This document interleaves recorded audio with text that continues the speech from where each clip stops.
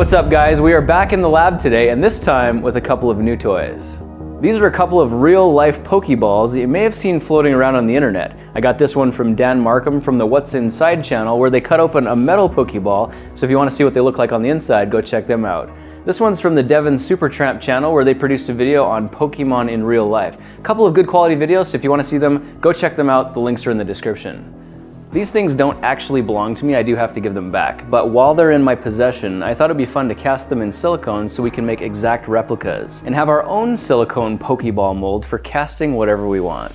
I have explicit instructions to give this Pokeball back in the same condition I received it. The funny thing about this is when Devin lent this to me, he asked me not to scratch it up, but to return it in the same condition I got it. If you set your Pokeball down, they fall forward.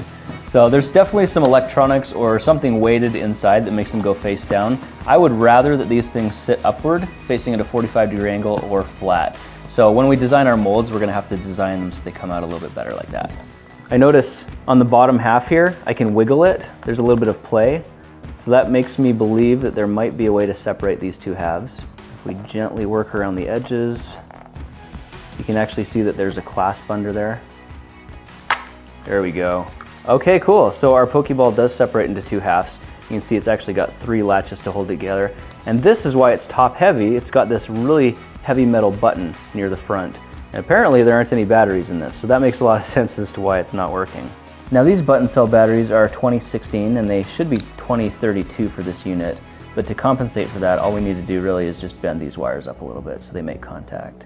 Let's tuck the wires in out of the way and put the two halves back together, and it should click back into place. There we go. And now we've got a little light up Pokeball. You're welcome, Devin. Don't say I didn't do anything for you.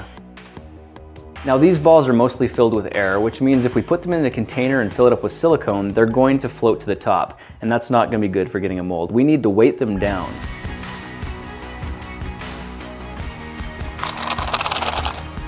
There we go, I heard it snap. Awesome, just like that our Pokeballs gained some weight. So we're back inside and I packed these things full of as many rocks as I could get into them, which has given them a significant amount of weight. That's gonna be important because we want these things to stay down at the bottom of the silicone. So at this point, let's go ahead and fire up our hot glue gun, gather up some acrylic, and start mixing some silicone.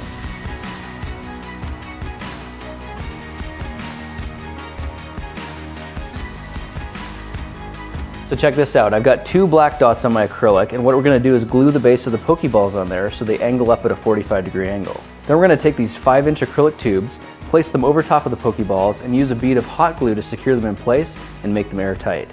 The only thing left to do after that is to pour in the silicone, let them set, and see if we got ourselves a Pokemold.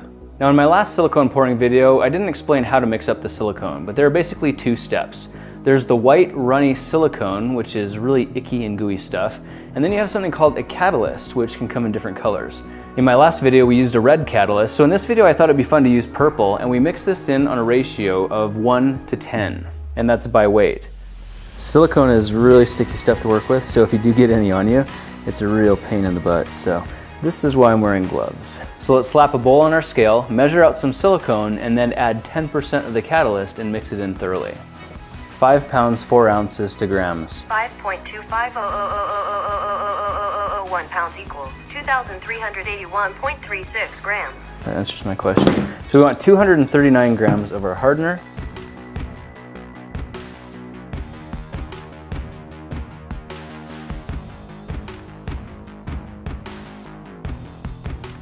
At this point you can see the consistency. It kind of looks like blueberry yogurt. It actually looks really good, really nice. And I forgot a cloth, so we're just gonna set this on my workbench and we'll let that harden up later.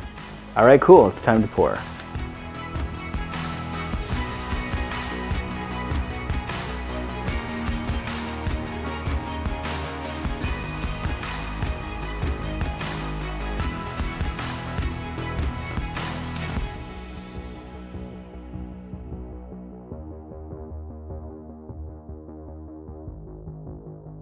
You can already see on this one, trapped air bubbles are starting to rise out, and I'm just gonna help those along by giving it a little jiggle.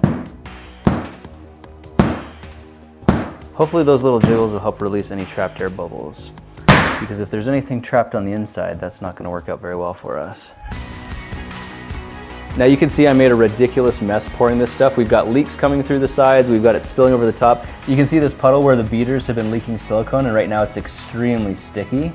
But we can come back tomorrow when it's firmed up, and rather than having a sticky mess, that whole thing will peel right off and clean up without any trouble at all. So our real life Pokeballs are completely encapsulated in silicone right now. We really have no way of knowing whether or not they turned out. So, did we secure them well enough to the base, or are they gonna float to the top? You're gonna have to join me in the next video because tomorrow we cut them open, rip them apart, and take a look at what we've got.